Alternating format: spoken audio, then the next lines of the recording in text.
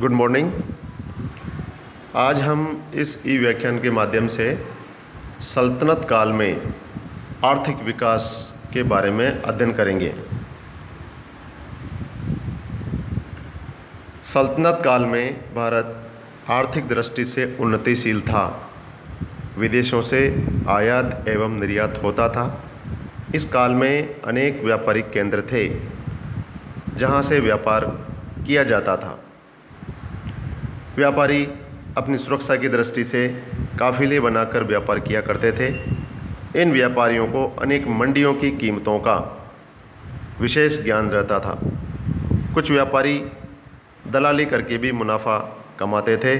व्यापार जल एवं थल दोनों मार्गों द्वारा किया जाता था। सल्तनत काल में विभिन्न वस्तुओं का आयात एवं निर्यात किया जाता था। आयात की अगर हम बात करें तो सल्तनत काल में भारत को अंतर्राष्ट्रीय व्यापारिक क्षेत्र में महत्वपूर्ण स्थान प्राप्त था। इस काल में अश्व, अस्त्र शस्त्र, दास, मेवे, फल आदि का आयात किया जाता था।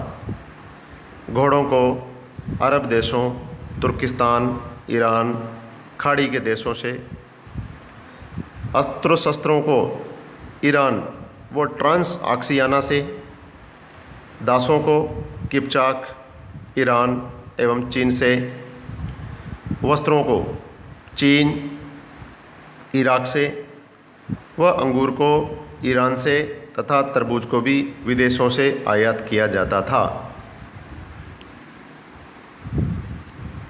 निर्यात की अगर हम बात करते हैं तो सल्तनत काल में आयात के साथ ही निर्यात भी किया जाता था। निर्यात में लोहा, हथियार, सूती वस्त्र, अनाज, शक्कर, जड़ी बूटी, मसाले, फल, शक्कर एवं नील आदि मुख्य वस्तुएं थी। व्यापारियों को सम्मान की दृष्टि से देखा जाता था। सुल्तान व्यापारियों को समुचित सुविधाएं प्रदान करने का प्रयास करते थे। यह उन्हीं के प्रयासों का फल था कि अनेक केंद्र व्यापारिक दृष्टि से सल्तनत काल में प्रख्यात रहे, जिनका देश विदेश में अत्यधिक नाम हुआ।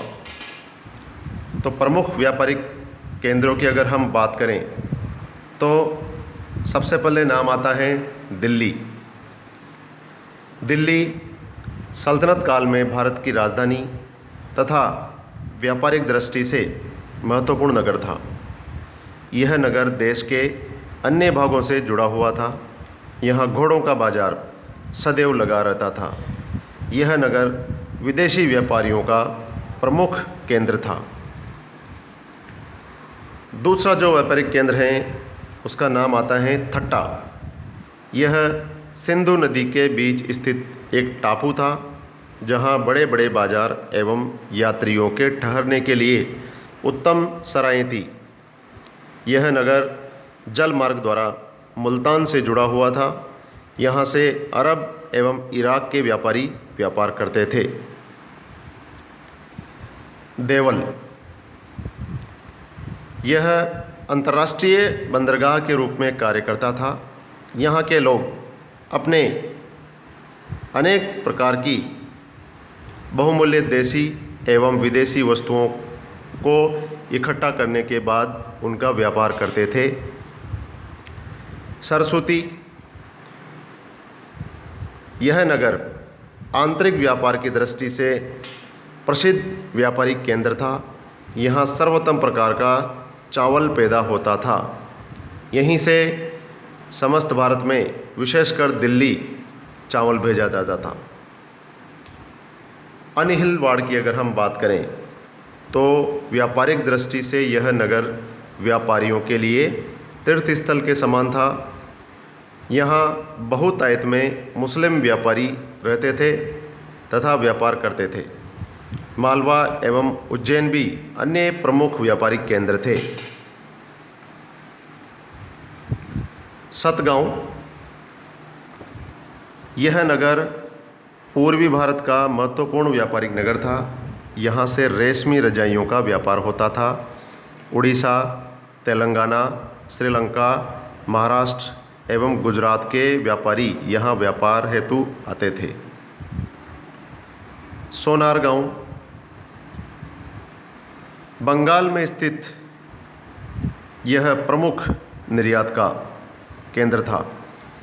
यहाँ से लंका, मलक्का, सुमात्रा आदि देशों को सूती कपड़े का निर्यात किया जाता था।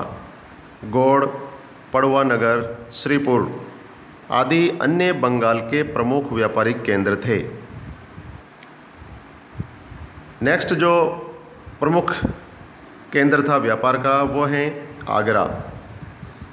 लोधी वंश के शासकों के काल में आगरा प्रमुख व्यापारिक केंद्र था। चूँकि यह नगर यमुना नदी पर स्थित था, अतः जल मार्ग द्वारा भी अनेक नगरों से जुड़ा हुआ था। यह नगर नील उत्पादन के लिए प्रख्यात था। अगला जो प्रमुख व्यापारिक केंद्र हैं वो है वाराणसी। यहाँ पर अनेक प्रकार की वस्तुएं उपलब्ध रहती थी। मुख्यतः यह नगर सोना, चांदी एवं जरी के काम के लिए प्रख्यात था। यहाँ से सोने चांदी की बॉर्डर वाली एक खास किस्म की पगड़ी तुर्की तथा फारस आदि देशों को भेजी जाती थी।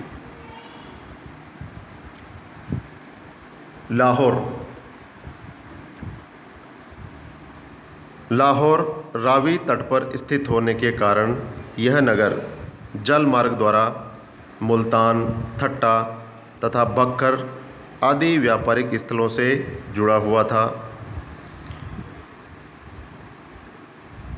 उक्त नगरों के अतिरिक्त पटना, कड़ा, मानिकपुर, कन्नौज, अलीगढ़ स्थित कोल, ग्वालियर, चंदेरी, संभल, बयाना तथा धौलपुर आदि अन्य प्रसिद्ध सल्तनतकालीन व्यापारिक केंद्र थे, जिनमें बयाना से नील, कन्नौज से इत्र व शक्कर, कड़ा मानिकपुर से चावल, गेहूं एवं शक्कर आदि के व्यापार के लिए प्रसिद्ध थे। तो आज हमने इस ई व्याख्यान के माध्यम से सल्तनत काल में जो प्रमुख व्यापारिक केंद्र थे उनके बारे में अध्ययन किया, जहाँ से देश विदेश में व्यापार किया जाता था। धन्यवाद।